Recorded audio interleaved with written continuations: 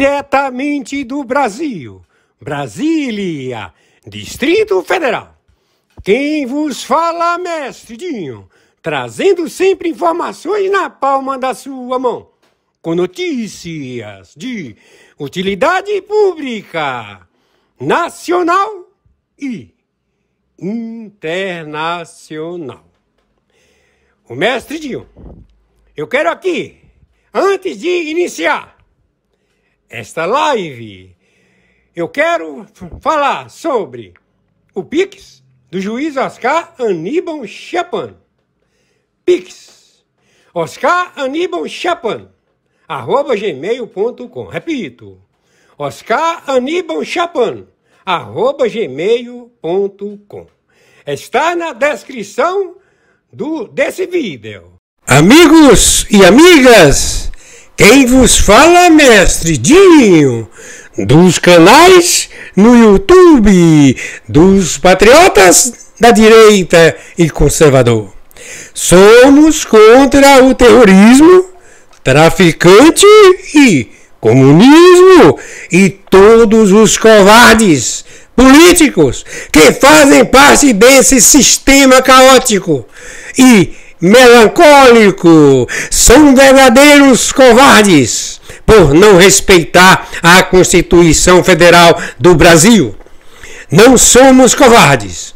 Queremos todos esses criminosos presos, etc. Em seguida, vamos assistir a live do juiz Oscar Chapan, a voz da verdade. A seguir! Muito obrigado, mestre Dinho. Senhor Edmundo Amado, teólogo musical. Quem está falando é o Emilate, o senhor Oscar Aníbal Chapan, árbitro, justiça particular, justiça paga. Urgente. Atenção, atenção. Se requer muita atenção. Já está determinada o procedimento de pacificação, tentando imediatamente a reunião de rendição com o senhor Putin da Rússia, a que imediatamente a União Europeia opta pela sua gestão. Fica a OTAN já sem características. Está decretada a prisão do representante da Ucrânia, sócio do Biden, sócio do Lula. Biden deu para o Lula 50 bilhões de dólares neste último evento no Rio de Janeiro. Eles estão arrecadando dinheiro para se fortalecer na Europa. Então, o reino de Sua Majestade Charles deu um crédito em libras, emprestou dinheiro para a Ucrânia, mas não tem dinheiro que possa ser transferido. E quem fizer isso entra na lei do Emilate, na lei de confiscos de ativo em todo o planeta, todos os bens confiscados. Então, nós determinamos, por favor, entendam, senhor Eduardo Bolsonaro, o senhor é da Polícia Federal, na função deputado federal da República Federativa do Brasil. Os seus inimigos já decretaram prisão para todos os senadores, prisão para todos os deputados.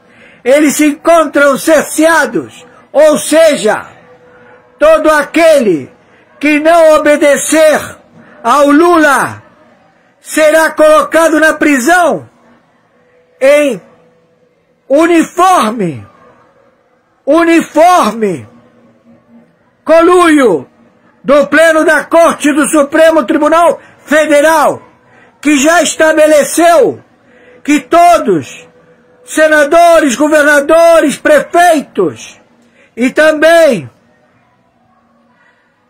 autarquias, Polícia Federal, todo mundo, Polícia Civil, Polícia Militar, todo mundo vai estar sujeito à determinação do Supremo Tribunal Federal. Isto já está sendo posicionado. Precisamos, senhor Eduardo Bolsonaro, combatente da Polícia Federal, da liberdade do povo, da República Federativa do Brasil, permaneça nos Estados Unidos da América. Estamos providenciando ao que o senhor esteja acautelado pelo Emilate, o senhor e os seus parentes, todos acautelados, sua família acautelados pelo Emilate. Sabemos da covardia anti-Brasil identificado. Estamos já com a captura desse GovBR. Eles não querem entrar em acordo. Então precisamos que o senhor Eduardo Bolsonaro permaneça no território dos Estados Unidos da América imediatamente, como também todo aquele que tenha perseguição, faça os Estados Unidos da América sua extensão de lar ao combate destes terroristas que eles alegam ter milícias, estão dispostos a abrir os presídios para os mercenários aparelhados de fuzil, bombas, estabelecer o terror na população civil da República Federativa do Brasil. Estamos já determinando a contra-espionagem das Forças Armadas, da Polícia Civil, da Polícia Militar, da Polícia Federal, das autarquias livres. Que saibam, vocês também serão vítimas deste terror que se apossou através de amotinação de funcionários públicos que estão a combater através de medidas opressivas e imorais contra a população da República Federativa do Brasil. Estamos já no combate, estamos já com logística que não podemos revelar. Então, permaneça imediatamente nos Estados Unidos. O dinheiro de Inácio Lula da Silva, que comprova Biden, Obama, Bush, todos já com o seu falecimento através da lei Motvix, que confisca qualquer bem, qualquer dinheiro em qualquer lugar do planeta, e todo aquele que queira compartilhar desse procedimento de medidas opressivas e imorais que estão a submeter a população da República Federativa do Brasil e a população da República Federativa do Brasil, seu território. Já descobrimos o objetivo desta organização, Foro de São Paulo, China, Norte-Coreia. Vocês querem diminuir de 7 bilhões de seres humanos no planeta para 1 bilhão. E já estão identificados os ventos a serem aplicados na população civil. Por favor, viralize isto. Meu Pix de sobrevivência, plataforma banco, Mercado Pago. Nós queremos imediatamente o senhor Messias Bolsonaro na presidência da República. Ainda no dia de hoje, domingo, as diretrizes já foram tomadas. Não haverá misericórdia. Vamos colocar vocês, os que sobrarem, né? Os que não se amotinarem, os que não afrontarem as tropas de coalizão em aviões rumo a Cuba. Entenderam? Estou sendo claro. Quem está falando aqui é o interventor pela emenda 45. Vocês mexeram com quem não devia. E nesse momento, quero passar a palavra a ele que nos defende à noite, escondido em seu quarto, em seu leito, porque a Bíblia diz: de joelhos dobrados vencerá, através da oração alcançará. Ele que tem orado por a nossa nação, e partiu dele a ideia desse manifesto e desse movimento. E foi através de oração e tocando o seu coração que ele nos uniu. Quero passar a palavra a ele, coordenador do nosso evento, Pastor Silas Malafaia.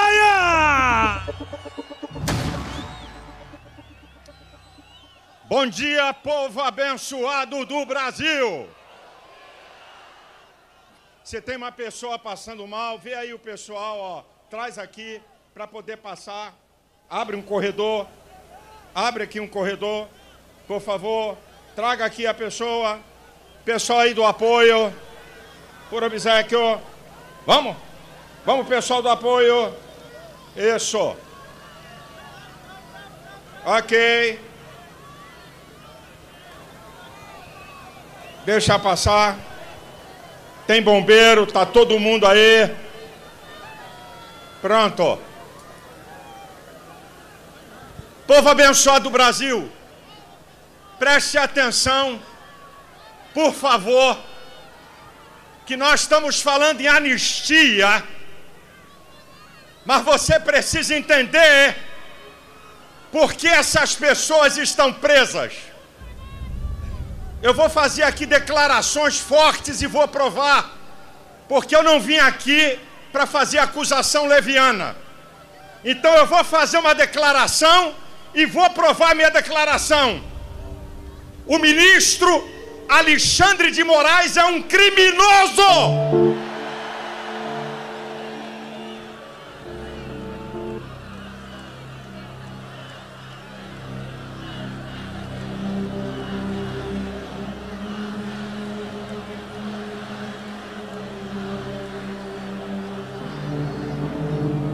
Então vamos às provas. Quando você faz uma acusação desse nível, você não pode usar bravata.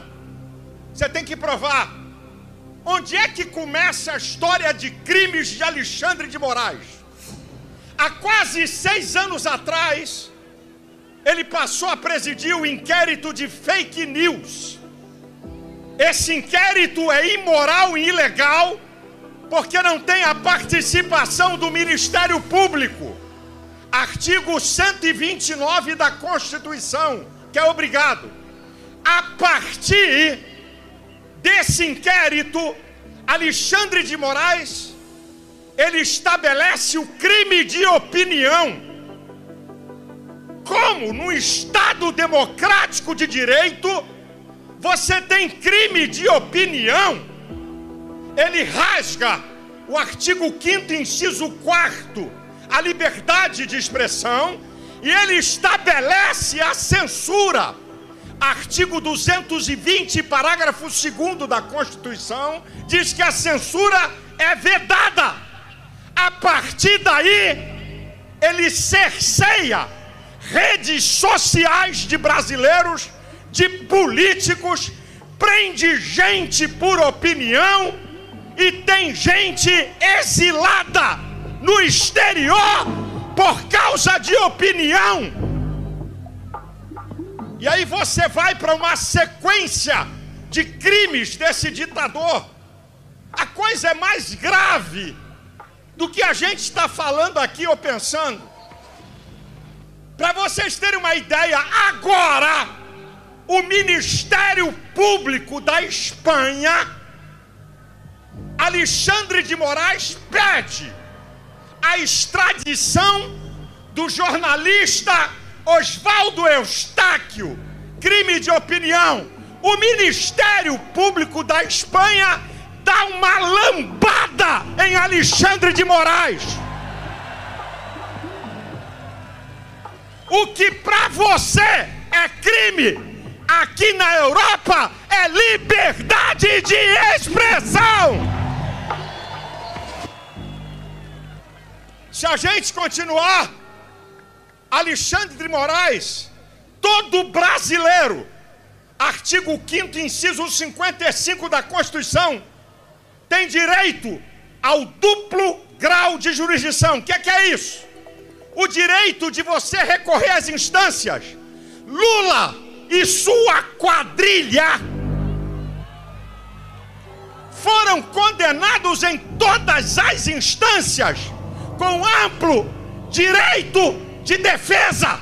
Ele rasga o artigo 102, que diz: quem tem foro no Supremo, essas pessoas foram cerceadas do devido processo legal. A coisa é muito séria, minha gente. Essas pessoas não tiveram direito a recorrer nada. Sabe qual é o crime? Golpe de Estado e ação violenta contra o Estado democrático de direito. Isso é uma piada. Isso é uma safadeza. E se você continuar, você vai ver que Alexandre de Moraes rasga várias leis. Vou citar uma: 12.850/2013, artigo 4º. A delação premiada tem que ser espontânea. O Brasil viu o que Alexandre de Moraes fez com o Coronel Cid. Olha, já tem uma ordem de prisão contra você. Se você não atender o que a gente está falando, a tua família, tua mulher e tua filha, nós vamos continuar o processo. Isso também é abuso de autoridade. Para vocês entenderem, você quer ver uma outra? O Código de Processo Penal, o artigo 254 diz sobre suspeição de juiz. Alexandre de Moraes declarou que ele é vítima, que havia um complô para matá-lo. Ele não pode presidir esse inquérito porque ele é vítima.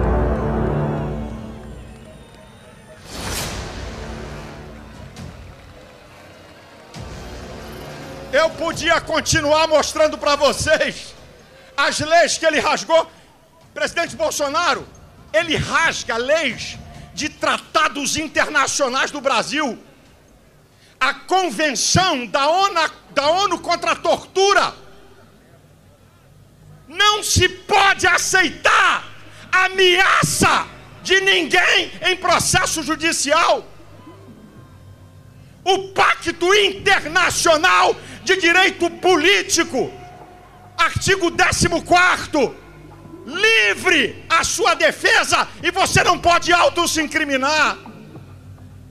Agora eu vou para uma segunda parte, para encerrar minha palavra, e eu vou provar para vocês que não houve nenhuma tentativa de golpe.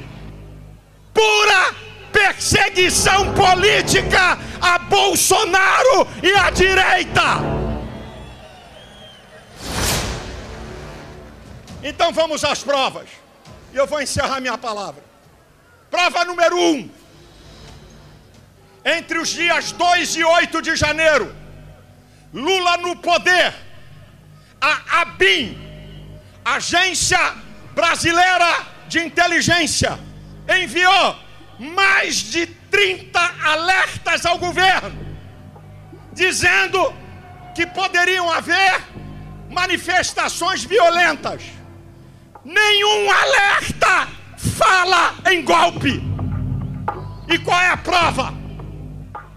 Que a polícia militar que toma conta de manifestações estava lá. Se houvesse tentativa de golpe, Lula assinava uma GLO, garantia da lei e da ordem, e botava as Forças Armadas em Brasília. Prova número 2, que não houve golpe. O general, diretor do GSI, o gabinete de segurança de Lula. Gente, isso é uma piada. O palácio de portas abertas, recebendo pseudos golpistas e ele dando água. Que golpe é esse, minha gente? Terceira prova. Como disse o deputado Pazuello para mim, não existe golpe contra prédios. É dano ao patrimônio público. Golpe é para quem está no poder. Lula estava livre e solto em Araraquara. Ninguém tentou nada contra ele. Terceira prova que não teve golpe. Qual a arma que foi apreendida?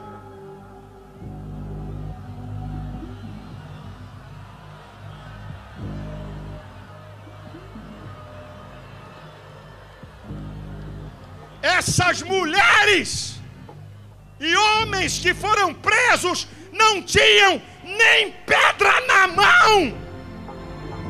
Golpe sem armas não existe. Quarta prova. Ah, meu irmão, eu não vou levar nada para casa, vou deixar tudo aqui.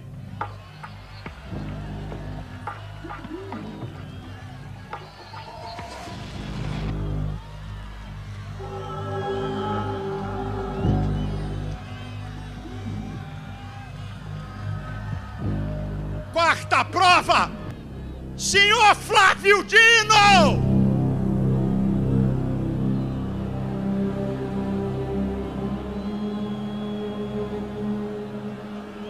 Cadê as imagens das câmeras de Brasília? Ou ele apagou ou escondeu?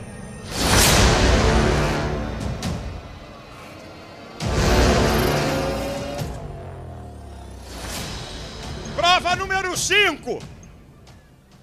Como é que Jair Messias Bolsonaro é colocado no inquérito de golpe e ele estava nos Estados Unidos? Pato Donald, Mickey, Tio Patinhas. Bolsonaro estava na América. Eu pergunto à Polícia Federal e Alexandre de Moraes, cadê as conexões? Onde estão as provas que Bolsonaro estava comandando da América essas pessoas? Sexta prova, e essa aqui é interessante, de que não houve golpe. Preste atenção. O ex-comandante do Exército, Freires Gomes, 8 horas de depoimento na Polícia Federal. Olha o que ele fala.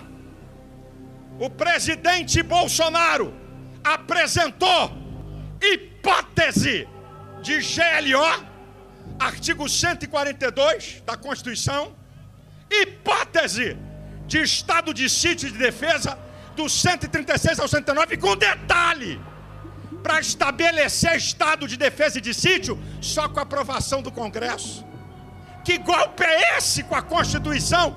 Quem inventou a farsa diminuta de golpe foi uma jornalista inescrupulosa de O Globo.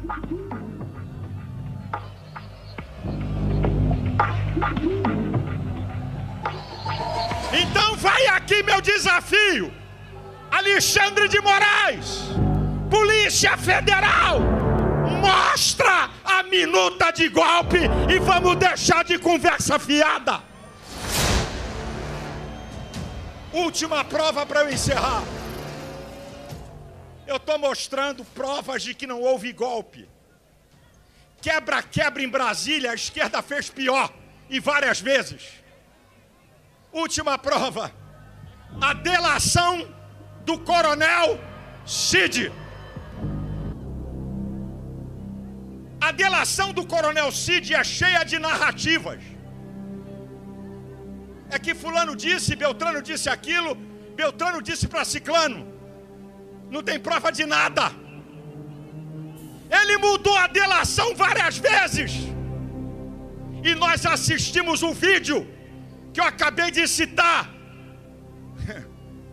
de Alexandre de Moraes, pressionando ele. Agora, eu vou dar uma resposta a Alexandre de Moraes sobre a delação de Cid, citando o eminente ministro, decano do STF, Gilmar Mendes.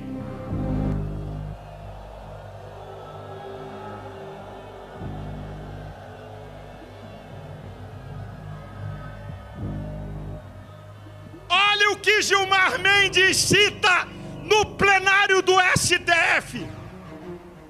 Essa maneira de delação, onde a pessoa só é solta depois que fala o que eles querem. Você sabe o que Gilmar Mendes disse? Que é tortura, coisa de pervertido. Alexandre de Moraes, Gilmar Mendes diz que esse tipo de delação é tortura e coisa de pervertido.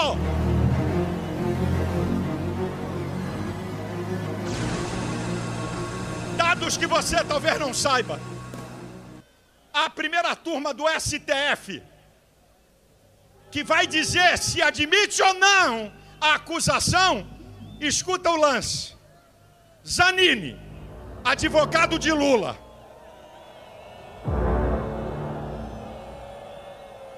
Flávio Dino, comunista, e chamou Bolsonaro de demônio. E Alexandre de Moraes. São 5. Já está 3-2. Agora escuta, gente, a covardia. O julgamento de Bolsonaro já está feito. Qual é a prova? Escute. O processo tem mais de 80 mil páginas. Os advogados têm 15 dias. E a primeira turma vai ter 10 dias. Que julgamento isento é esse? Eu vou encerrar dizendo: senhores ministros do STF, os senhores estão respaldando um fora da lei e um ditador. Estão jogando na lata do lixo a Suprema Corte. O STF tem sido o Supremo Tribunal da Injustiça e o Supremo Tribunal da politicagem barata.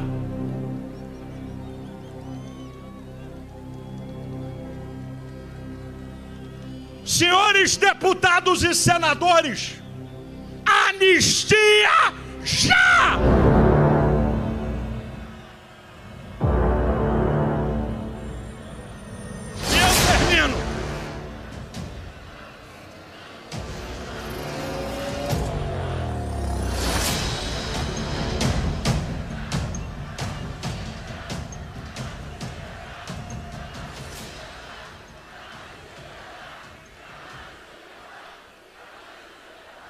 Por tudo isso que eu falei, eu provo que essas pessoas estão presas injustamente.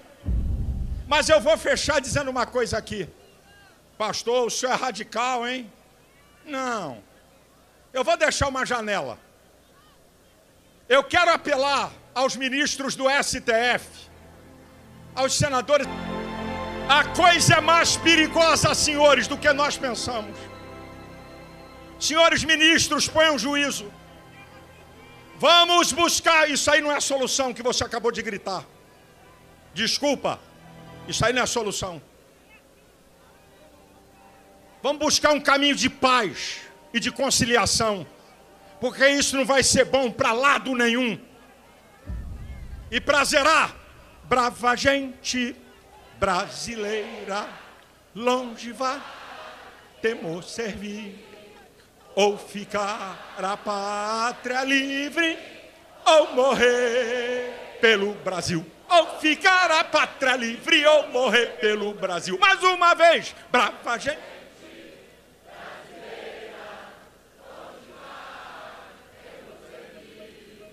ou ficar a pátria livre, ou morrer pelo Brasil. Ou ficar a pátria livre, ou morrer pelo Brasil. Deus abençoe você, Deus abençoe sua família, Deus abençoe o Brasil, Deus abençoe essas pessoas presas ilegalmente, Deus abençoe Jair Messias Bolsonaro. As Santas Escrituras diz: conhecereis a verdade e ela vos libertará. São as palavras de Deus. E Ele veio para nos apresentar a verdade. Ele representa a verdade da nossa nação. Com vocês, Jair Messias Bolsonaro. Bom dia, meu Rio de Janeiro. Bom dia, meu Brasil. Eu confesso que hoje está sendo um dos dias mais difíceis da minha vida. Porque nós vamos falar aqui sobre a vida de inocentes.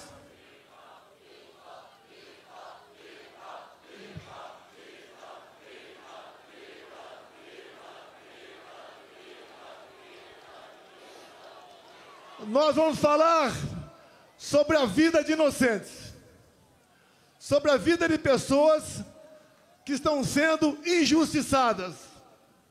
Eu jamais esperava um dia estar lutando por anistia de pessoas de bem, de pessoas que não cometeram nenhum ato de maldade, que não tinham intenção e nem poder para fazer aquilo que estão sendo acusados. É muito comum seus governadores, Tarcísio, Mauro Mendes, Cláudio e Jorginho. Aqui nós sempre dizemos que defendemos as mulheres.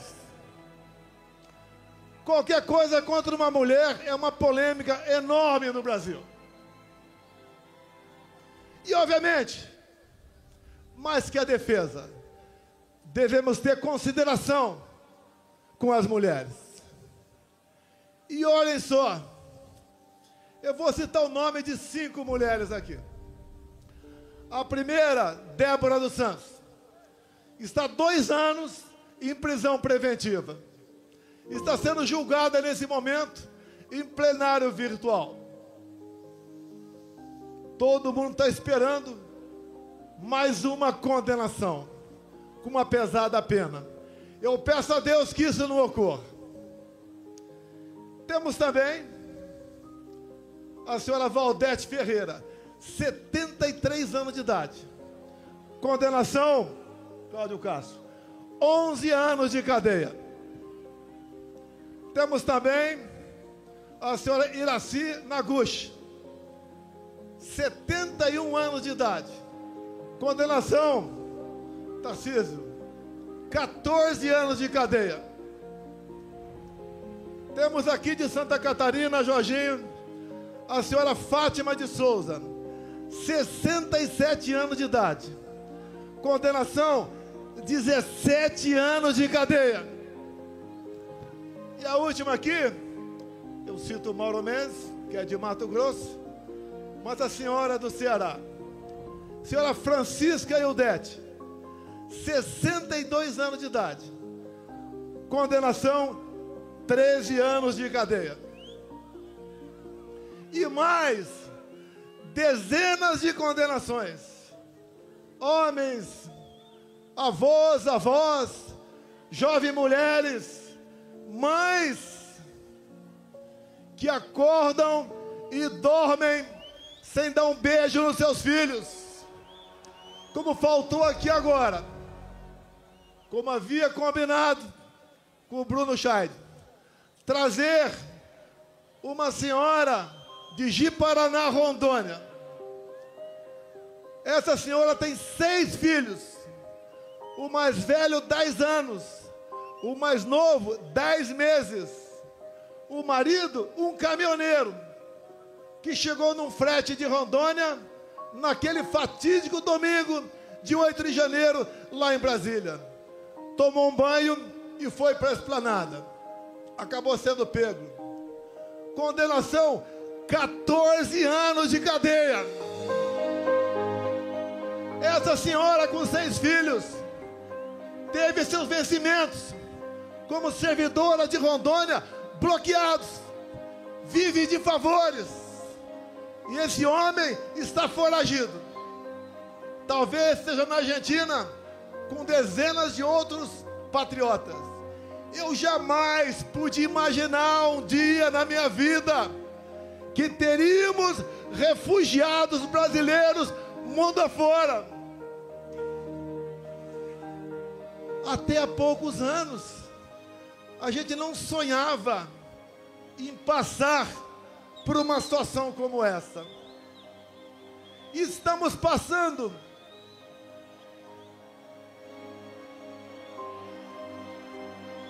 Tem alguém passando mal, é isso? O bombeiro, por favor. Aquela senhora que está em pé ali, levantando a mão, tem uma pessoa que está passando mal ali, por favor.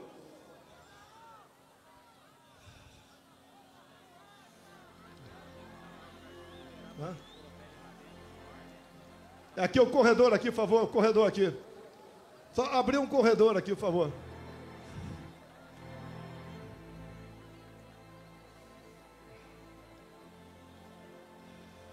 Ok?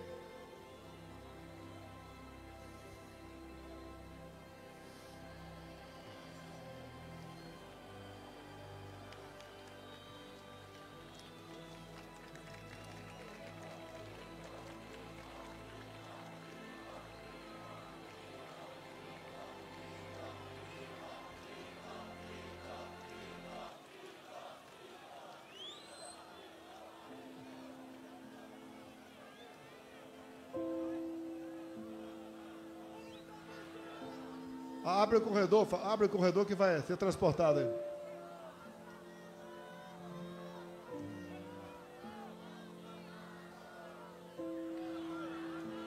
Ok? Posso continuar?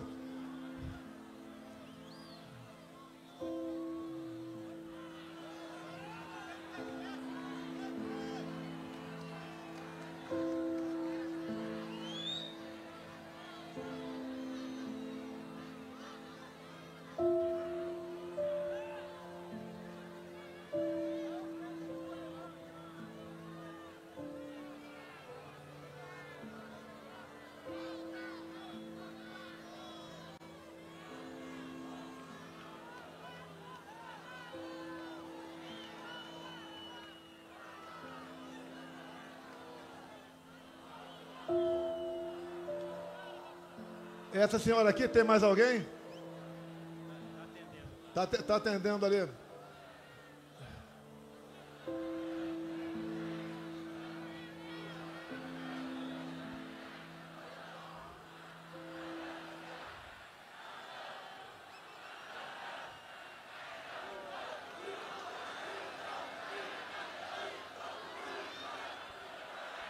Está sendo atendida aí, posso continuar?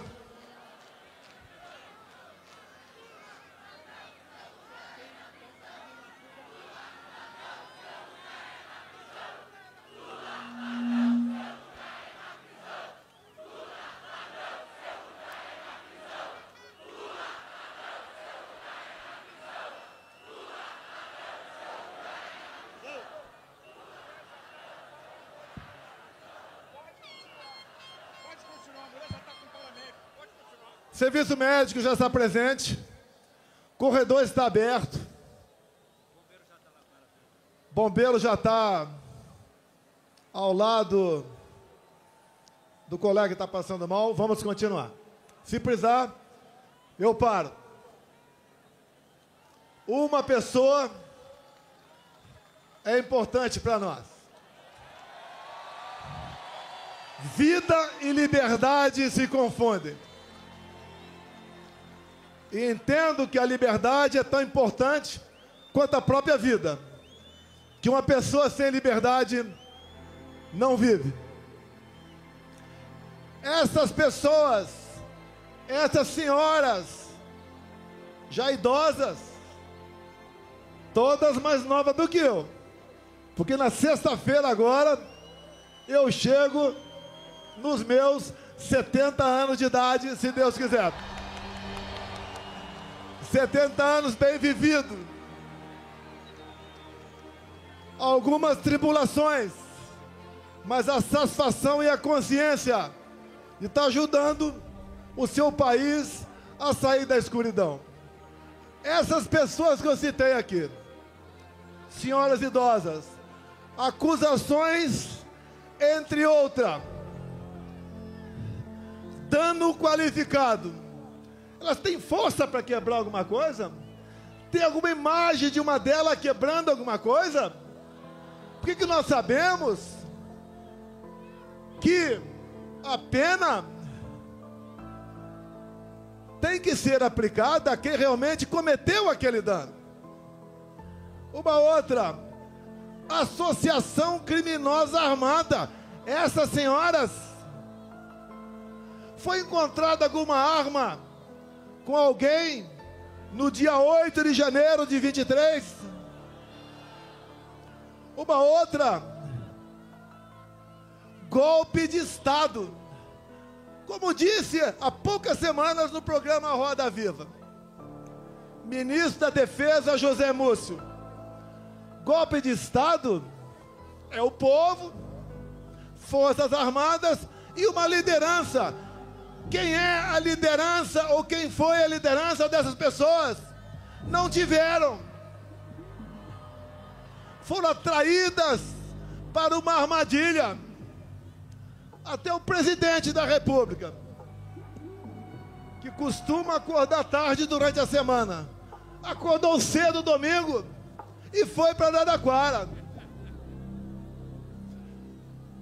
Outro dia conversei com um colega de Israel. Ele falou: que golpe foi esse que o Mossad não ficou sabendo?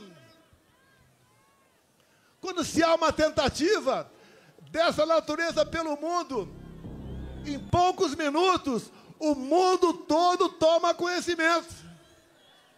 Mas qual o objetivo deles? O que eles querem?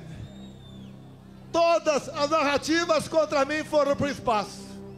Marielle Franco, baleia, 100 imóveis no Vado Ribeira, móveis no Alvorada, joias, vacina, tudo foi embora. Sobrou a fumaça do golpe.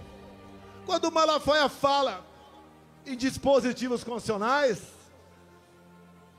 eu talvez, por obrigação, conheço um pouco mais a Constituição do que ele. Quando se fala em estado de sítio, estado de defesa, o primeiro passo é o presidente convocar os conselhos da defesa e o Conselho da República. Foi convocado? Não! Você vai naquele trabalho mal feito daquela banda da Polícia Federal que serve Alexandre de Moraes. Está lá que o golpe, segundo eles, começou no dia 29 de julho de 21. Alguém sabe o que aconteceu nesse dia? Você não sabe. Uma live que eu fiz lá no Alvorada e critiquei o sistema eletrônico de votação, onde eu dissequei um inquérito aberto em novembro de 2018. Inquérito que até hoje está em aberto. Inquérito esse que eu mostrei para os embaixadores, que no dia seguinte o Alexandre de Moraes classificou esse inquérito como confidencial, ou seja, secreto. Secreto por quê? Qual é a alma da democracia. É a transparência, é o voto, é a contagem pública dos votos, é a certeza que o eleitor chega de dizer que votou em tal pessoa, o voto foi para aquela pessoa. Eu não estenderei muito não, que o Malafaia tecnicamente se comportou como um brilhante advogado aqui, apesar de ele não ser. Eleições de 22, a gente arrastava multidões pelo Brasil. Foi aqui no 7 de setembro, tinha mais gente do que agora. Fazíamos motocicletas pelo Brasil todo. São Paulo, segundo lá, a Polícia Militar, batendo 300 mil motos. Foi em Santa Catarina, foi em Mato Grosso, foi no Brasil todo. O agro estava quase 100% fechado conosco. Os cristãos, da mesma maneira. Nós tínhamos majorado com responsabilidade o Bolsa Família para R$600. Nós, com o Rogério Marinho presente aqui, levamos água para o Nordeste. A Tereza Cristina na agricultura abriu comércio com o mundo todo. O Tarcísio, com orçamento pequeno, cresceu com sua competência e atendeu o Brasil em obras de infraestrutura. O nosso governo fez o seu trabalho. Por que perdeu a eleição? Por que perdeu a eleição?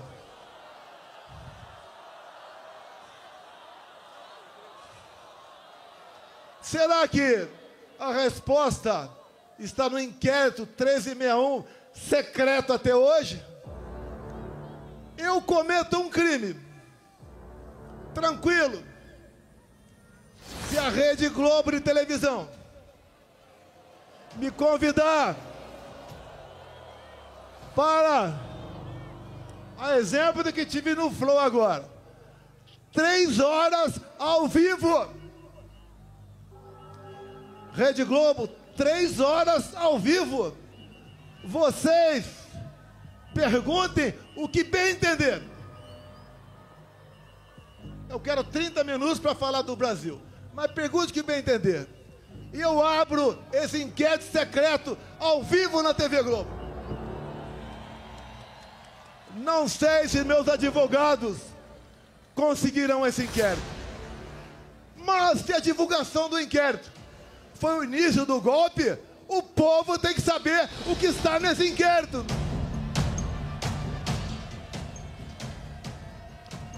Todos os inquéritos de Alexandre de Moraes são confidenciais, secretos.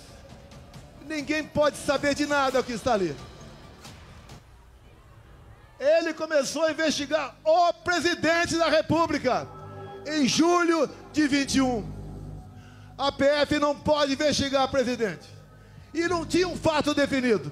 Era um inquérito secreto, originário daquele outro, do fim do mundo. Nos acompanhava 24 horas por dia. O que eles queriam com isso? Minar a presidência da República. Não queriam que a gente continuasse. E houve sim mão pesada do Alexandre de Moraes por ocasião das eleições de 22. Por exemplo, segundo decisão dele, eu não podia mostrar a imagem do Lula defendendo o aborto. Eu não podia botar a imagem do Lula defendendo ladrões de celular, dizendo que isso era para tomar uma cervejinha. Eu não podia mostrar a imagem do Lula com ditadores do mundo todo. Eu não pude mostrar o Lula em 2009 no Irã defendendo o enriquecimento de urânio para aquele país, e o Lula dizendo que era para fins pacíficos. E nós sabemos, o que o Irã sempre quis foi varrer Israel do mapa. Eu não pude mostrar imagens do 7 de setembro. Eu não pude mostrar imagens do cortejo fúnebre da rainha da Inglaterra. Eu não pude mostrar trechos das minhas falas por ocasião da ONU. ele fez uma campanha para menores de 16 e 17 anos tirar título.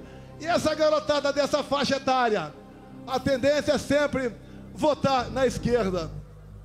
Mais de 4 milhões de votos aí. Pelo menos 2 milhões para o outro lado. Nos foi retirado 1,5 milhão de inserções de rádio por ocasião das eleições. O outro lado podia fazer tudo. Me chamava de misógino, de fascista, de nazista, até de pedófilo os caras me chamaram. De assassino da Marielle Franco. Podia tudo. E nós vimos de uma pandemia e de uma guerra. E nós demos tudo pelo Brasil. Se não fosse a excelente qualidade dos meus ministros e teus assessores, o Brasil tinha afundado na economia. Mas foi diferente. Atendemos os mais humildes com auxílio emergencial. Compramos 600 milhões de doses de vacina para quem quis tomar. Não exigi de ninguém. Não cobrei cartão vacinal. E o mundo está vendo agora o que foi aquele período, em especial, um relatório do Congresso americano de 500 páginas sobre o assunto.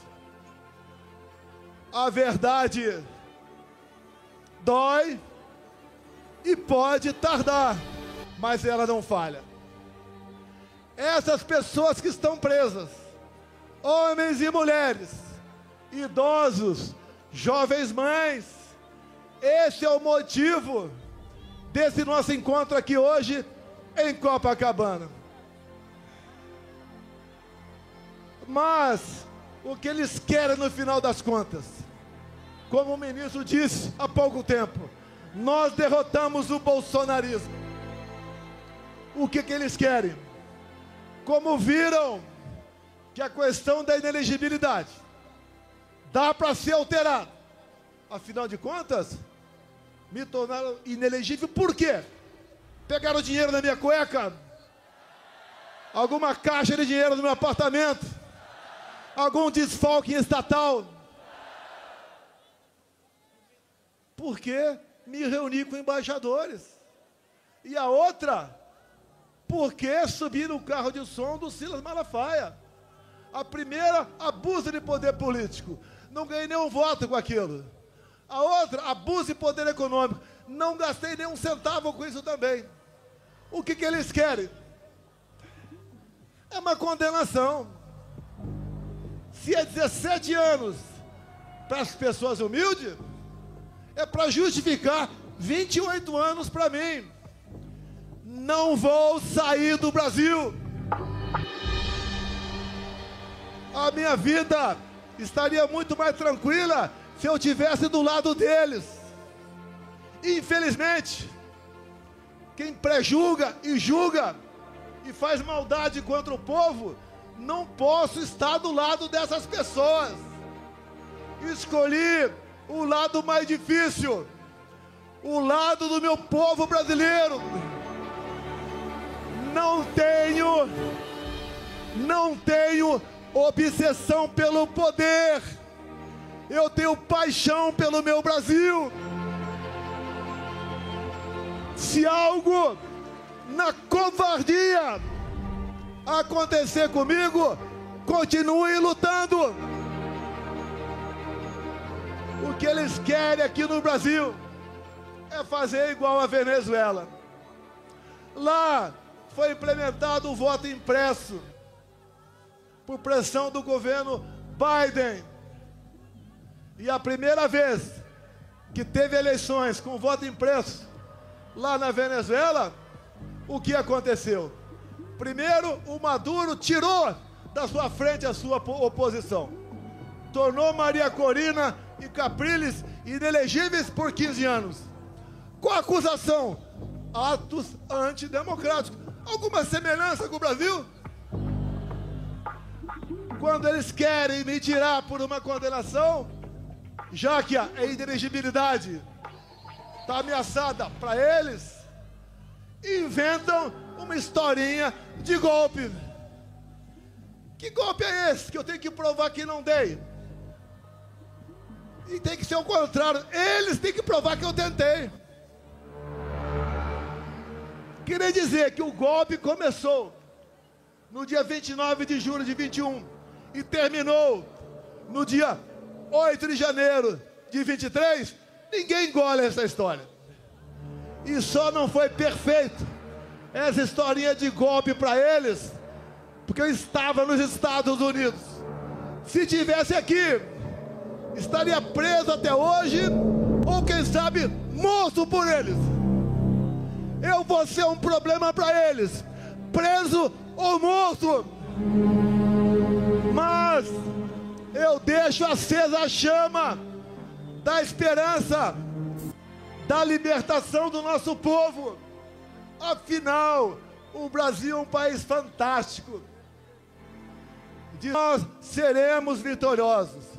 Nós veremos aparecer a justiça, se não é para aquele outro poder que existe para isso, pelo poder legislativo, que até o Lula vete. Nós derrubaremos o veto. Agora, por que a esquerda dá contra a anistia? Já que eles, ao longo da história, sempre foram beneficiados de anistia. Como disse há pouco tempo, editorial, o jornal O Estado de São Paulo.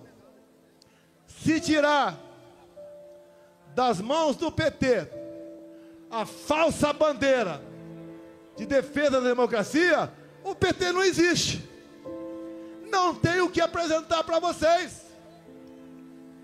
Nem para alimentar o pobre, que eles sempre disseram que a nossa meta é dar comida para o pobre, nem isso tem mais. Pesquisas, acreditem ou não, lá no Rio Grande do Norte, eu estou na frente do Lula.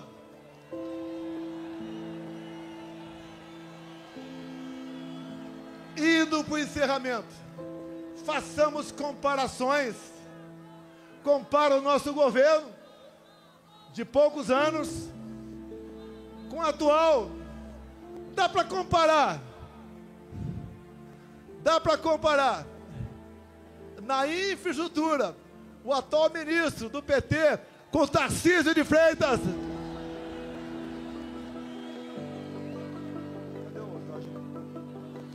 Dá para comparar aquele ministro taradão, quem diria, ministro dos Direitos Humanos.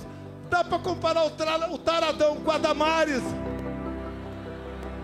Dá para comparar o atual ministro da Agricultura, que está fazendo o preço explodir pelo Brasil, com a Tereza Cristina. Na economia, dá para comparar o Haddad com o Paulo Guedes. Dá para comparar Janja com a Michele. Nada dá para fazer comparação com esse governo. E a gente se pergunta o tempo todo: quem tirou esse cara da cadeia? Quem anulou os julgamentos? Quem trabalhou no escurinho do cinema para colocá-lo na presidência da República? Esses que fizeram esse trabalho dizem: salvamos a democracia. Essa democracia que está vivendo com prisão de inocentes, com tortura em cima de depoentes, com ameaça de censurar as mídias sociais. Sem liberdade de expressão não tem democracia. O trabalho não é fácil. Alguns querem rapidez, mas creio que o que está acontecendo vai servir de musculatura para todos, para que nós brevemente possamos dizer aqui no Brasil: eu vivo num país democrático. E quem tem que dizer o que pode ou não ser feito no Brasil é o povo brasileiro. Nós somos escravos da vontade de vocês. sempre digo, ninguém tem o que nós temos. O que está errado? Onde erramos? Escolhas. Escolhas. Qual deveria ser, politicamente falando, a melhor região do Brasil? A mais próspera, a com mais igualdade, com mais oportunidade, com mais amor. Tinha que ser respeitosamente o nosso Nordeste. E por que não é? Não é porque o PT está 20 anos lá, roubando o nordestino, sonegando educação para eles. Os estados com maior índice de violência, infelizmente, é o Nordeste. E aqui comigo, por coincidência, os 2 melhores, os 3 melhores em índice de violência: Mato Grosso, Santa Catarina e São Paulo. Mas, meus amigos, meus irmãos do Rio de Janeiro, eu só tenho a agradecer a vocês. Desde que vocês acolheram esse jovem garoto caipira em 73, lá em Resende, na Academia Militar. Jamais eu esperava que a minha vida acontecesse tudo isso, bem como jamais esperava que na minha vida Ele colocasse ao meu lado pessoas fantásticas, pessoas maravilhosas, patriotas, que têm Deus no coração. O meu ciclo vai se esgotar um dia, mas nós estamos deixando muitas pessoas capazes de me substituir no futuro. Por lá de lá não tem nenhuma liderança. Por lá de lá não tem o que falar para se apresentar junto a vocês. Nós acreditamos no futuro do nosso Brasil. E o último ato aqui, esta senhora que está do meu lado e as suas 2 filhas. Aqui é a viúva do Crezão. Ele não. Tem gente boa em todos os partidos. Eu, inclusive, há poucos dias, tinha um velho problema e resolvi com o Kassab em São Paulo. Ele está ao nosso lado, com a sua bancada, para aprovar a anistia em Brasília. Todos os partidos estão vindo. A população cada vez mais está consciente da maldade que foi e que está sendo com os presos de 8 de janeiro. Vai ser uma data, acho de mim, lá de Brasília. Eleições sem Bolsonaro é negar a democracia no Brasil. Se eu sou tão ruim assim, me derrote. E uma esperança para nós.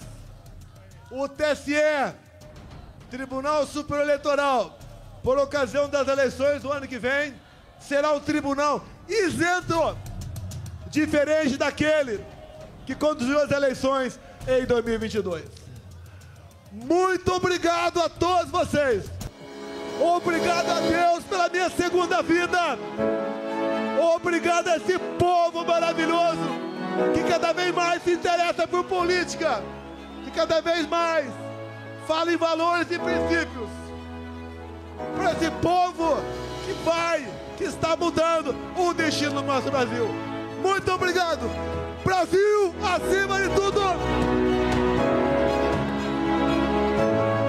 Brasil acima de tudo.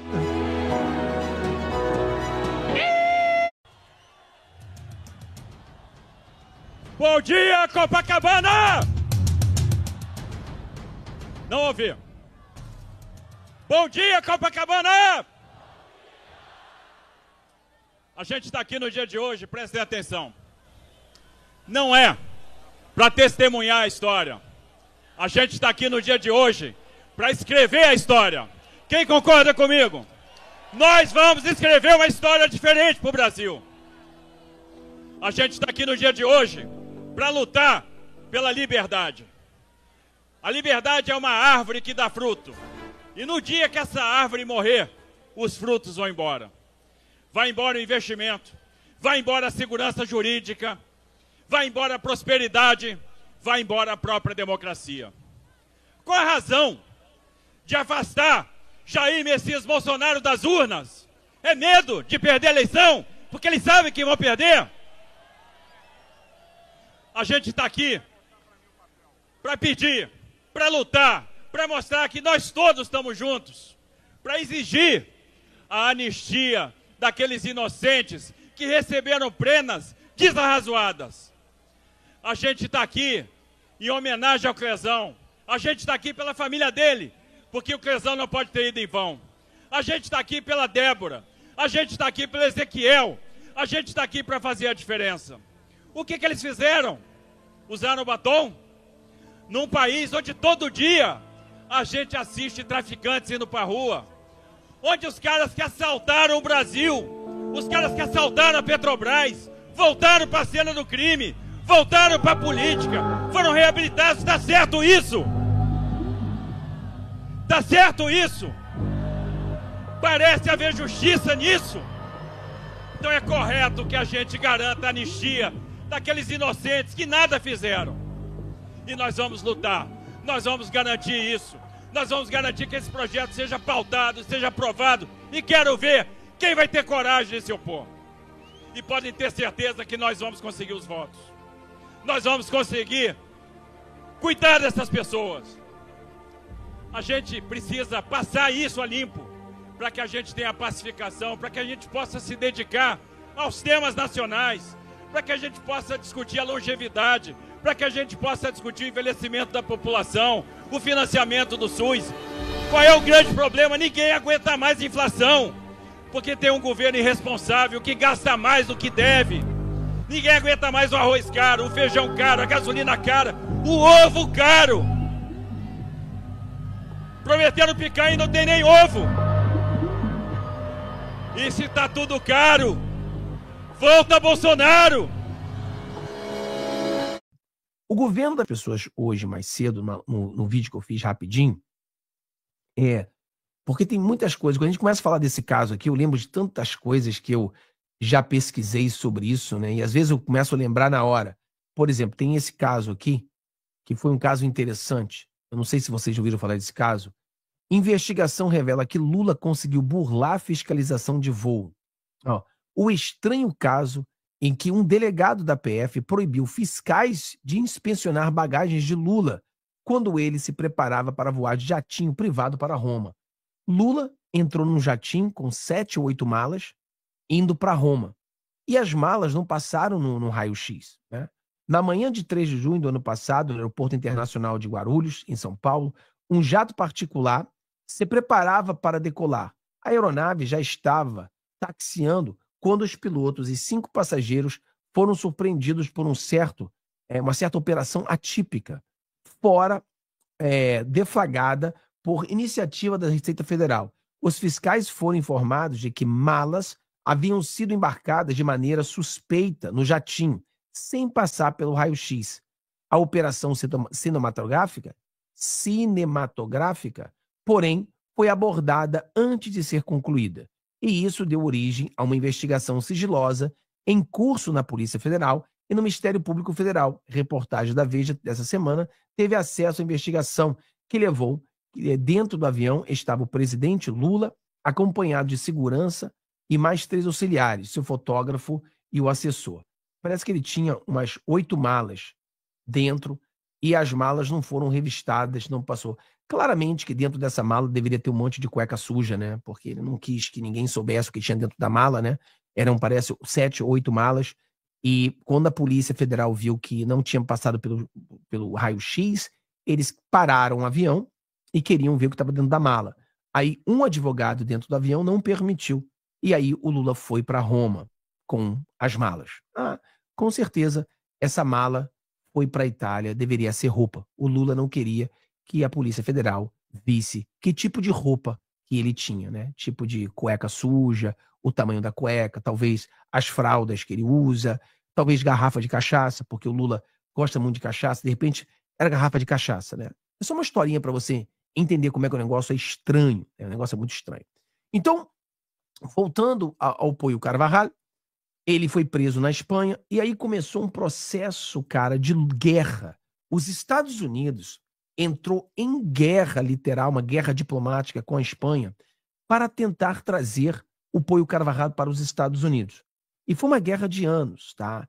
Eu lembro a gente lutando para que o Poio Carvajal chegasse nos Estados Unidos e perto do Poio Carvajal de ser extraditado, sempre acontecia alguma coisa. Sempre acontecia alguma coisa, mas ninguém queria que o Poio Carvajal viesse para os Estados Unidos.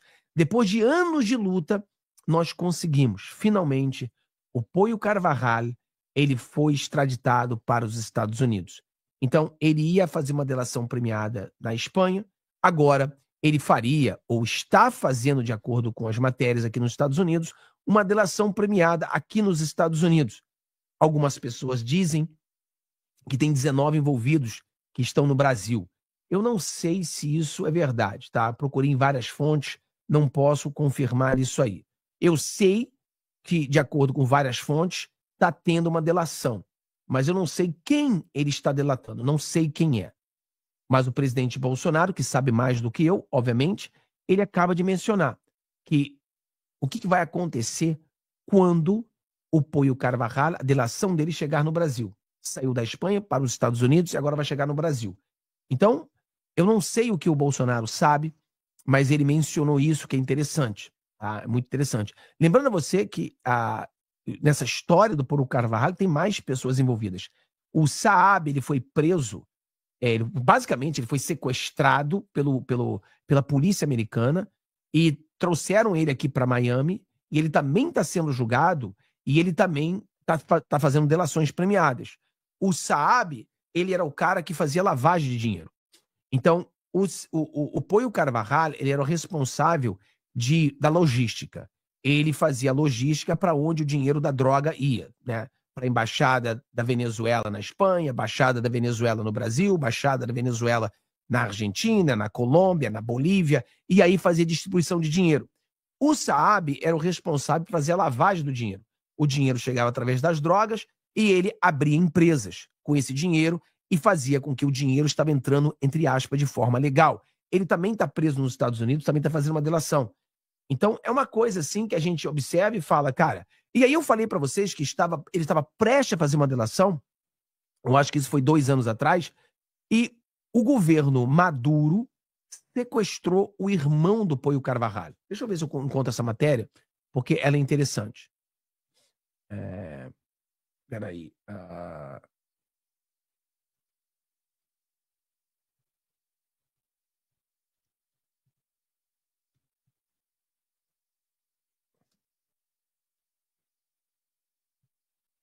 Deixa eu ver se eu encontro essa matéria. Aqui, ó. Deixa eu pegar aqui uma matéria. Peraí, se eu encontro. Aqui tem uma fonte. Peraí, deixa eu pegar uma fonte melhor. Vamos lá. Vamos pegar algumas matérias aqui. Aqui, ó. Vamos ver essa matéria aqui. É em espanhol, tá, pessoal? Que a maioria das coisas, matérias que falam sobre o Poio Carvajal está em espanhol, tá? E se você tiver perguntas sobre isso, eu quero responder suas perguntas, que a gente estudou muito sobre isso aí. Eu lembro de muita coisa que a gente estudava. Olha aqui, ó. Irmão de Hugo El Poio Carvajal foi preso em Maturim.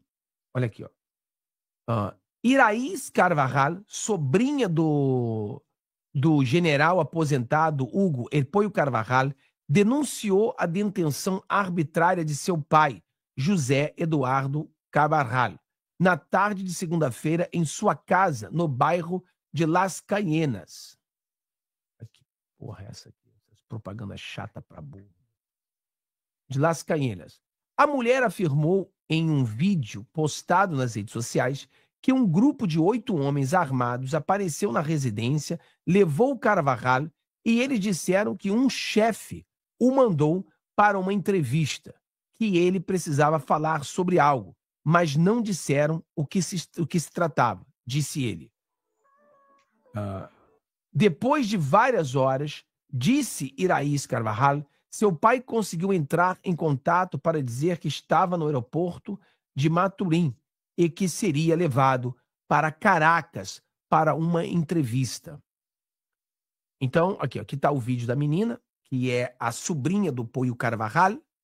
Ou seja, se você já assistiu algum filme de máfia, né? Não sei se você já assistiu filme de máfia, mas assim que funciona um filme de máfia, né? Quando, por exemplo, você tem uma pessoa que é uma testemunha, aí você manda os seus capangas na casa do testemunho e lá você vai e pega seu filho, sua filha, seu sobrinho, e você sequestra ele e você diz, se vocês fizerem algum tipo de testemunhar contra, a gente mata seu familiar. Não é? Não é assim? O que a gente vê nos filmes de máfia é a mesma coisa. Fomos enganados há anos e não seremos enganados mais, não. Eu não vou dobrar tudo. Alumínio, aço ou carro, não vamos curvar. Nós somos fraudados como um país há muitos anos. Gente, eu tenho uma notícia aqui, acabou de chegar para mim, é uma notícia realmente bombástica. Põe bomba nisso. Põe bomba nisso. Essa notícia aqui mexe totalmente com todo o cenário mundial, tá? Vem direto da Casa Branca, diretamente de Donald Trump. Ele acabou de revelar e fez um pronunciamento contra isso. Base militar do Irã na Venezuela agora. Tem algo acontecendo e o Trump está tomando as suas medidas. Ele acabou de revelar algo aqui que eu vou mostrar para vocês, preste atenção. Lembra que eu falei que essa situação na Venezuela envolvendo esse Essequibo, né, não afeta apenas a América, mas todo o mundo? Porque a Venezuela anunciou aliança com a Rússia e agora está sendo confirmado aqui uma notícia sobre uma base militar do Irã na Venezuela que mexe com todo o cenário mundial. Vou mostrar aqui, eu quero trazer aqui para você a notícia já está na tela, dá uma olhadinha aqui comigo nessa notícia importantíssima. Olha só, você está vendo Donald Trump neste momento, olha só, Trump não aceitará a base militar do Irã na Venezuela. É o que diz o secretário de Estado. Olha só, gente. O presidente estadunidense Donald Trump não vai aceitar a instalação de uma base militar do Irã na Venezuela. É o que informou o secretário de Estado americano, o Marco Rubio. Meu Deus, olha aí, gente. Olha aí, hein? Desde o governo de Hugo Chávez, a Venezuela tem reforçado a cooperação militar com o Irã. O país asiático, inclusive, tem uma fábrica de drones na maior base aérea venezuelana. Essa daqui você não sabia, hein? A El Libertador. Olha aí. Esses mesmos equipamentos são usados pela Rússia no conflito contra a Ucrânia e pelos extremistas do Oriente Médio. Agora tudo faz sentido, né? Agora sim você está vendo porque o Maduro está com tanta coragem. O Maduro está com essa coragem toda por causa disso. Olha aí. Ó a declaração aqui, ó. O presidente Trump nunca aceitará que o Irã tenha uma base operacional em nosso hemisfério. É o que foi anunciado aí, ó. Na Venezuela ou em qualquer outro lugar. É o que disse Rubio em entrevista à emissora televisiva americana, a Fox News. Gente, olha isso, ó. O assunto veio à tona após Rubio ser questionado sobre o futuro de Maria Corina Machado, a líder da oposição à ditadura de Nicolás Maduro. Ela é uma das poucas de todas as grandes figuras da resistência venezuelana, da oposição, que está falando que ela é a única que resta. Eu sei que é difícil morar lá, Estou ciente da ameaça que enfrentam todos os dias, pontuou o Rubio. O secretário ainda lembrou do episódio da invasão de um navio do país às águas guianenses e acusou a ditadura venezuelana de ser um regime de tráfico de entorpecentes e de ser responsável pela escalada de violência em várias cidades dos Estados Unidos, por não aceitar de volta 200 membros da Tren de Araguá. A facção venezuelana foi colocada pelo país na mesma lista de grupos extremistas que inclui o Estado Islâmico, né? Olha aí, hein? Meu Deus! Vai comentando aí, hein? Vai comentando aí, ó. Olha o que ele falou, ó. Eles aceitaram 2 voos, menos de 200 membros de gangues, e agora estão se recusando a fazer mais. Isso é inaceitável. E então há consequências. É por isso que o presidente cancelou uma concessão que Joe Biden estupidamente lhe deu. Ele lhe deu milhões, bilhões de dólares em receita para esse regime. E temos outras opções para continuar punindo esse regime, declarou. E questionado sobre as fraudes nas eleições venezuelanas, Marco Rubio diz acreditar que o Irã e os narcocartéis estão por trás da continuidade do regime de Maduro. Acredito que o futuro da Venezuela está nas mãos do povo venezuelano. E essa solução é uma eleição legítima, democrática e observada. Tudo que não aconteceu, lamentou. Olha aí, gente. Palavras aí, né, do americano. Estamos vendo neste momento a situação esquentando mais ainda. Donald Trump não vai aceitar base militar do Irã na Venezuela. Zasca tras zasca del vicepresidente J.D. Vance a los burócratas que quieren silenciar la inteligencia artificial. Brutal repaso a toda esa burocracia que se presenta como la solución a todo y en realidad es el problema de todo. Increíble lo que ha dicho y es muy importante porque debemos recordar por qué los burócratas le tienen miedo a las inteligencias artificiales y es porque les quita el poder de silenciar, de cancelar y de vetar la libertad de expresión y el conocimiento. Esto es clave. Vamos a analizarlo en detalle, vamos a analizar por qué las inteligencias artificiales no son una amenaza, sino una oportunidad, y vamos a escuchar a J.D. Vance porque es increíble. Adelante.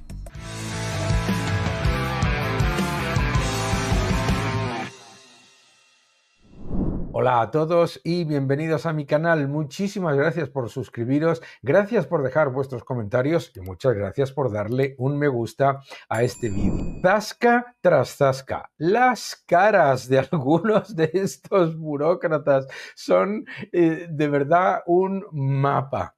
Increíble el discurso que ha dado J.D. Vance en una conferencia en la que todo un grupo de, de políticos, muchos de ellos extractivos y confiscatorios, se han presentado para hablar sobre las amenazas de la inteligencia artificial, la seguridad con la inteligencia artificial y que ellos, obviamente, van a ser los que solucionen todos los problemas. Veréis las caras ante lo que dice J.D. Vance. Por favor, vamos a verlo. And I, of course, want to thank Prime Minister Modi for being here and for co-hosting the summit, for all of you for participating. And I'm not here this morning to talk about AI safety, which was the title of the conference a couple of years ago. I'm here to talk about AI opportunity. Oportunidad de las inteligencias artificiales. Lo que va a decir ahora es absolutamente clave. ¿Y por qué es relevante? Porque ya se estaban presentando muchos de los que están ahí sentados como esos censores burocráticos que tanto peligro y tanto daño hacen. When conferences like this convene to discuss a cutting-edge technology, oftentimes I think our response is to be too self-conscious, too risk-averse. But never have I encountered a breakthrough in tech that so clearly calls us to do precisely the opposite. exactamente lo opuesto. Mirad a von der Leyen la cara. Now, our administration, the Trump administration, believes that AI will have countless revolutionary applications in economic innovation, job creation, national security, healthcare, free expression, and beyond. Y libertad de expresión, fíjate cómo lo explica. And to restrict its development now will not only unfairly benefit incumbents in the space, it would mean paralyzing one of the most promising technologies we have seen in generations. Now, with that in mind, I'd like to make 4 main points today. Number 1, this administration will ensure that American AI technology continues to be the gold standard worldwide, and we are the partner of choice for others, foreign countries, and certainly businesses as they expand their own use of AI. Punto número 1. La tecnología estadounidense de inteligencia artificial va a ser el estándar, el patrón oro de la tecnología mundial y además que sea la preferida por los socios de todo el mundo. ¿Por qué? Por la libertad. Number 2, we believe that excessive regulation of the AI sector could kill a transformative industry just as it's taking off. And we'll make every effort to encourage pro-growth AI policies. And I like to see that deregulatory flavor making its way into a lot of the conversations this conference.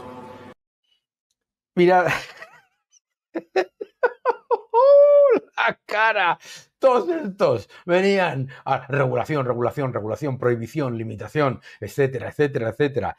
Por favor, es que es espectacular. Number 3, we feel very strongly that AI must remain free from ideological bias.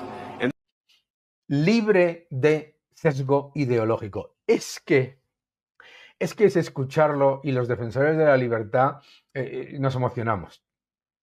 Fíjate lo que ha dicho, ¿eh? El exceso de regulación mata la innovación, la tecnología y además lo que espera ver es que ese viento de desregulación llegue a los países que conforman esta conferencia. La cara de los burócratas, como si estuviesen escuchando al diablo, ¿eh? Pero cuando dice libre de sesgo ideológico, claro, ¿qué es lo que quieren un montón de estos burócratas? Utilizar las inteligencias artificiales para sesgar la información y para cancelar, vetar y utilizar la información de la manera que le interese a los políticos. Ay, amigos, si es que se les ve la patita. That American AI will not be co-opted into a tool for authoritarian censorship. Que no se va a utilizar las inteligencias artificiales norteamericanas para convertirse en una herramienta de censura autoritaria. Absolutamente clave. And finally, number 4, the Trump administration will maintain a pro-worker growth path for AI. La cara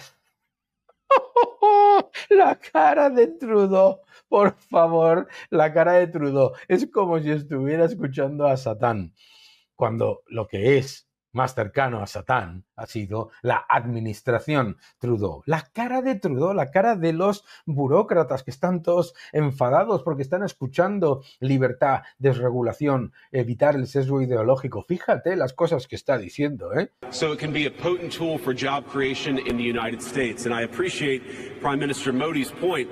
AI, I really believe, will facilitate and make people more.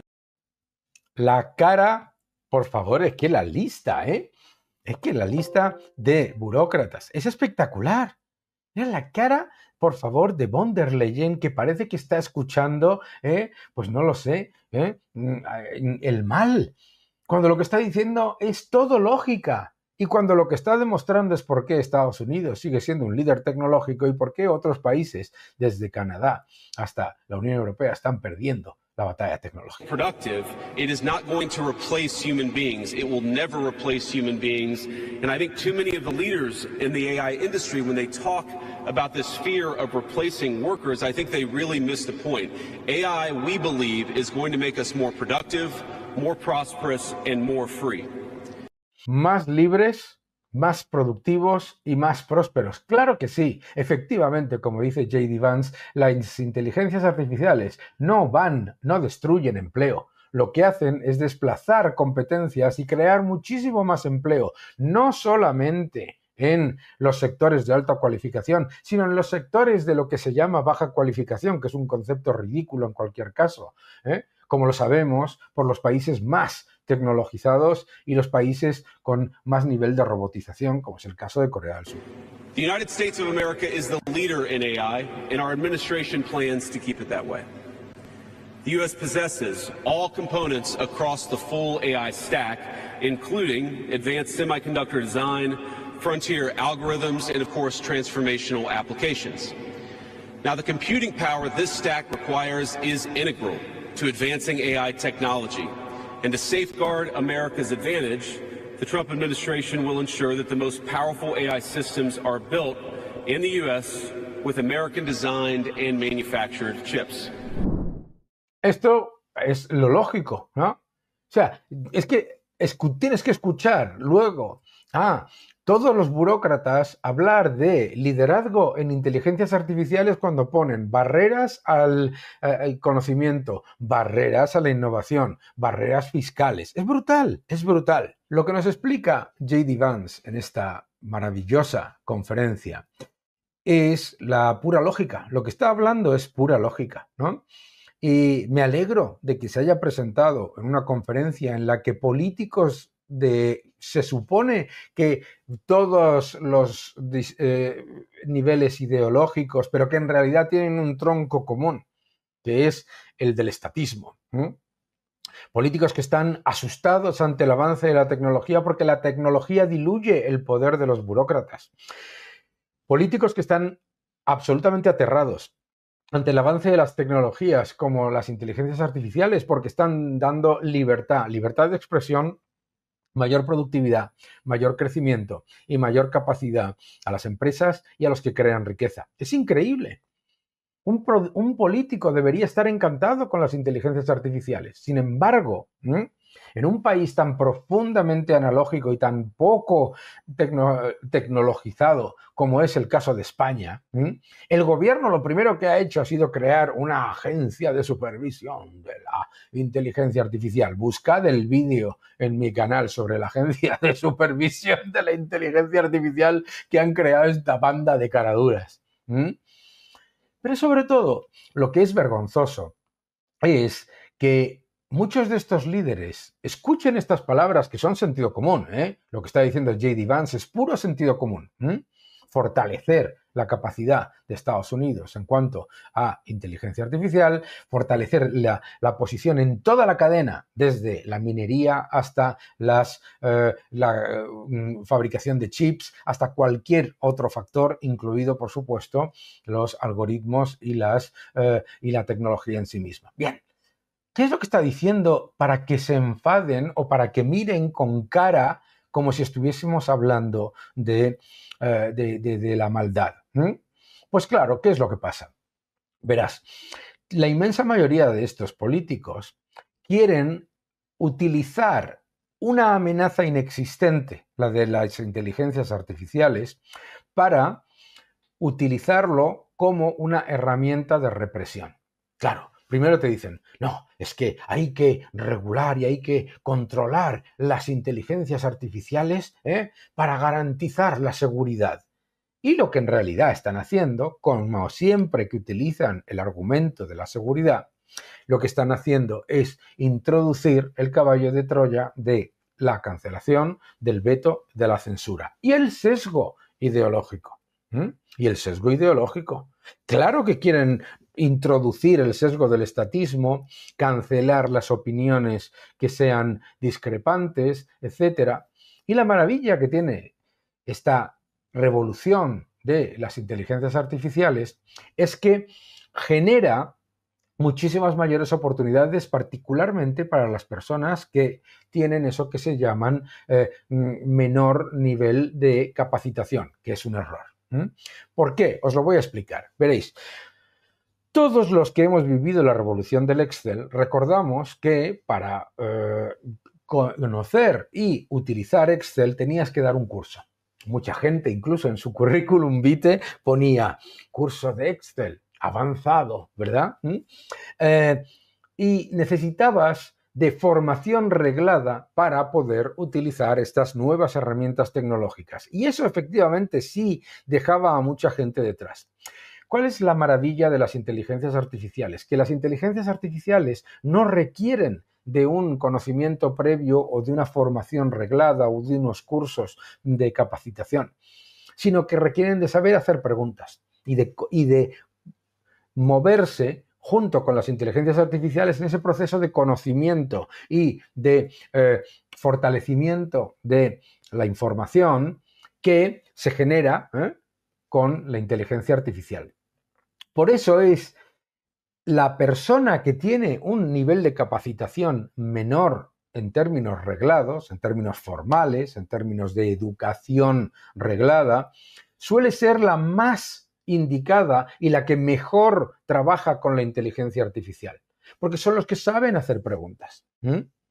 Con el tema de la inteligencia artificial, y es normal, por lo tanto, que los burócratas se conviertan en estos que odian este avance, ocurren varias cosas, ¿no? Aparece un montón de gente inmediatamente, como ante cualquier avance tecnológico, y lo aprovecha para introducir el miedo y la represión.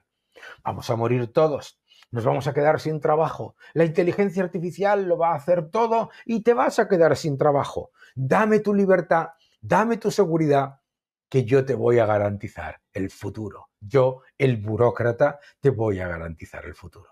Es un engaño, como siempre.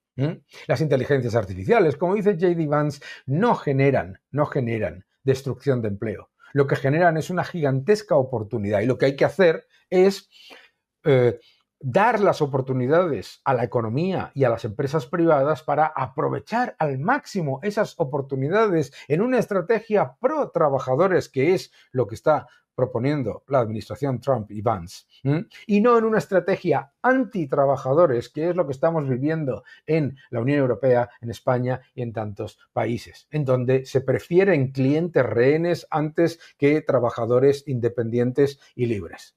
Eso es un dato. Por lo tanto, debemos ser extremadamente optimistas y a la vez cautelosos. Optimistas con el enorme potencial y las oportunidades que genera la inteligencia artificial, sabiendo que esa inteligencia artificial tiene una ventaja fundamental, que no es una. Todos los que hayáis visto Terminator y sus secuelas, que vendían la idea de esa inteligencia artificial que tomaba conciencia de sí misma y destruía a la humanidad, sabéis que no tiene ningún sentido. Las inteligencias artificiales son miles y además, lo más importante, son del sector privado. ¿Y por qué es importante que sean miles y del sector privado? Primero, porque por definición, las inteligencias artificiales sin la cooperación con el ser humano no tienen ningún sentido. Van aprendiendo con nosotros y facilitan nuestra labor y nos dan mucha más productividad y mucha mayor facilidad. Número 2, que sean empresas privadas nos protege de la utilización por parte de los estados de las inteligencias artificiales para sesgar la información, para manipular, para cancelar y para vetar. ¿Por qué? Porque el riesgo de desinformación cuando la tecnología y la información la controla el Estado es del 100%. Fíjate lo que dice J.D. Vance cuando se habla sobre inteligencia artificial. Habla de libertad de expresión, las caras de la gente. Habla de desregulación, las caras de los políticos. Es increíble, ¿verdad? Es increíble que estemos ante un avance que va a ser, y está siendo ya, es una realidad, porque las inteligencias artificiales no son el futuro, son el pasado. Y lo que está llegando es mucha mayor innovación y crecimiento tecnológico. Es increíble que los políticos, como siempre, se dediquen a poner trabas y a hundir la innovación. Zasca tras zasca. Vamos a escuchar algunos otros comentarios. Mira la cara de von der Leyen. La cara de von der Leyen. And want to embark on the AI revolution before us with a spirit of openness and collaboration. Fíjate, con el espíritu de apertura y colaboración. Fíjate lo que está diciendo de To malo. create that kind of trust, we need international regulatory regimes that fosters the creation of AI technology rather than strangles it. Necesitamos sistemas regulatorios que lo que hagan es promocionar y fortalecer el crecimiento de las empresas de inteligencia artificial en vez de estrangularlo. And we need our European friends in particular to look to this new frontier with optimism rather than trepidation. Mensaje directo, ¡boom! Mensaje directo a la Unión Europea y a esa von der Leyen que estaba ahí hablando, vamos, como si estuviese hablando directamente de Leviatán cuando hablaba de la inteligencia artificial. Mirarlo con optimismo en vez de con miedo, ¿no? Now, the development of cutting-edge AI in the U.S. is no accident.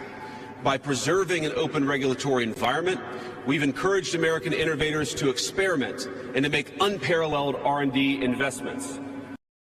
Otra lección, mira las caras de la gente. Con un sistema regulatorio abierto, flexible y, desde luego, no sobreregulado, lo que se ha permitido es que florezca la innovación. El exceso de regulación no hace que crezca la innovación, lo que hace es estrangularla, como bien dice Of J.D. the Vance. $700 billion, give or take, that's estimated to be spent on AI in 2028, over half of it will likely be invested in the United States of America. Now, this administration will not be the one to snuff out the startups and the grad students producing some of the most groundbreaking applications of artificial intelligence.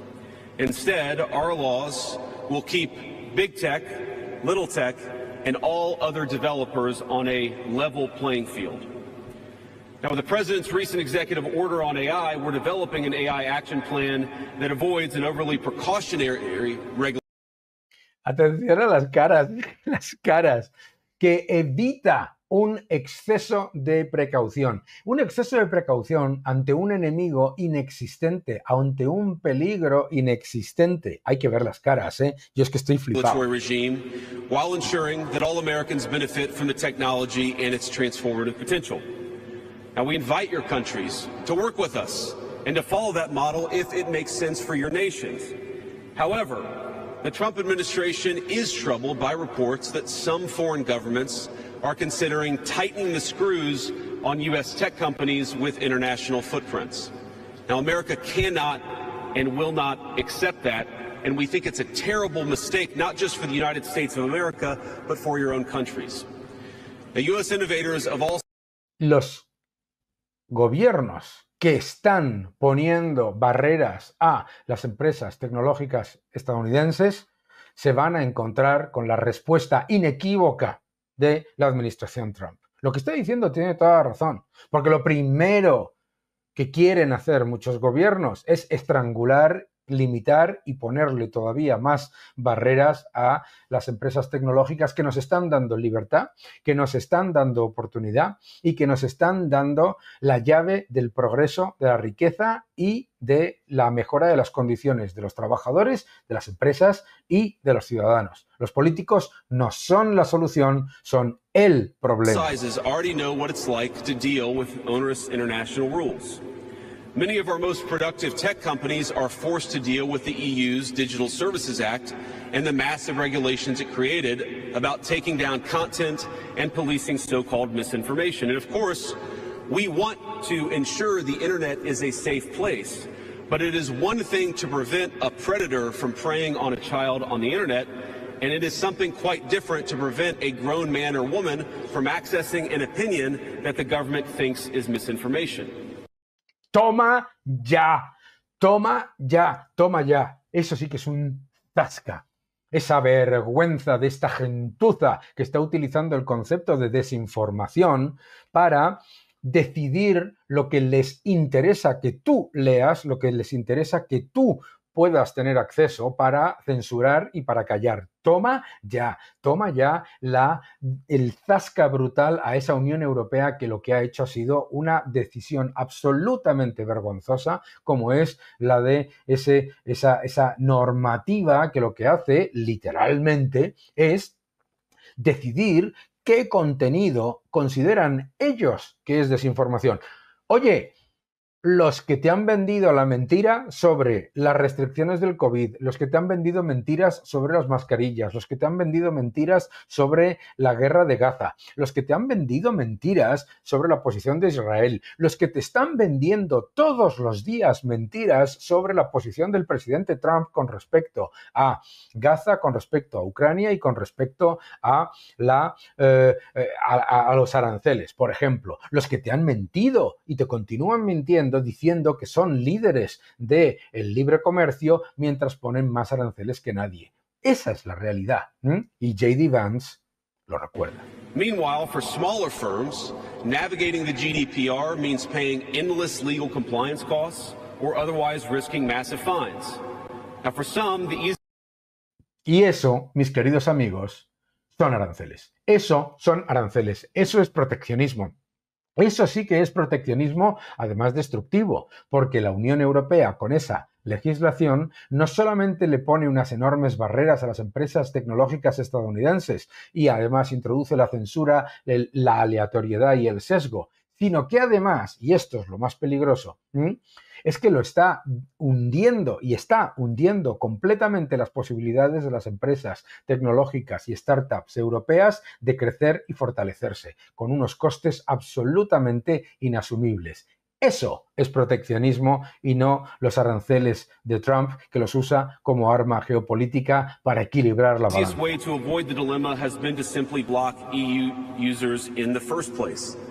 Is this really the future that we want? Ladies and gentlemen, I think the answer for all of us should be no. Now, there's no issue where we worry about more than regulation when it comes to energy. And again, I appreciated the comments of so many at the conference because they recognize that we stand now at the frontier of an AI industry that is hungry for reliable power and high-quality semiconductors. Yet too many of our friends are deindustrializing on the one hand and chasing reliable power out of their nations and off their grids with the other. Es que es increíble.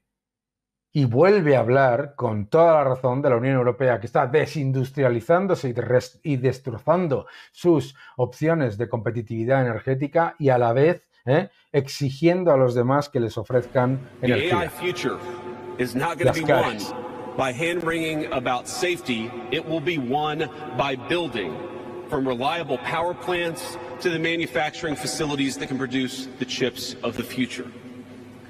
Now, at a personal level, what excites me most about AI is that it is grounded in the real and the physical economy. The success of the sector isn't just a matter of smart people sitting in front of a computer screen and coding. It depends on those who work with their hands. Even as robotics will change our factories. It will certainly make our healthcare providers better at treating diseases, but it will also depend on the data produced by those healthcare providers, by those doctors and nurses. Es absolutamente espectacular, me parece absolutamente espectacular. Un discurso que habla de oportunidad, un discurso que habla de facilidades, un discurso que habla de fortalecer la industria, la competitividad, el bienestar, el acceso a la riqueza y la creación de riqueza. Un discurso que habla de optimismo en vez de los que te intentan vender una amenaza para introducir la represión y la censura. Un discurso absolutamente espectacular. Lo podéis ver entero en mis redes sociales, lo podéis ver en X, que también lo he subido, pero me parece que debemos escucharlo con calma y debemos aprender de lo que llega de Estados Unidos y de tantos otros países, también de Argentina, etc. La libertad avanza, la ola de libertad es imparable. Y la burocracia es el problema del mundo. Esa burocracia que se ha alimentado de la represión y de la cancelación que genera esa neoinquisición de la ultraizquierda para aumentar masivamente su poder. La burocracia es el problema del mundo, la ultraizquierda es el problema del mundo, no la administración Trump, ni mucho menos el vicepresidente J.D. Vance. Enhorabuena, J.D. Vance, increíble discurso ante un montón de liberticidas, y a todos vosotros, acordaos, que no os engañen cuando te están diciendo que te van a garantizar seguridad ante una falsa amenaza, diciéndote que tienes que entregar tu libertad y tu capacidad de informarte independientemente, no te van a proteger de nada, lo que te van es a reprimir. Que se acabe la censura, la burocracia y que desaparezca este virus de la ultraizquierda wokista. Que no te engañen. Muito obrigado, mestre Dinho. Senhor Edmundo Amado, teólogo musical. Diretamente do Brasil, quem vos fala, mestre Dinho, trazendo sempre informações na palma da sua mão. E o meu convite especial, por gentileza, entra na descrição desse vídeo. Urgente! Clicar nos links abaixo. É uma surpresa e você pode ganhar muito dinheiro. Repito! Urgente! Clicar nos links abaixo. É uma surpresa e você pode ganhar muito dinheiro!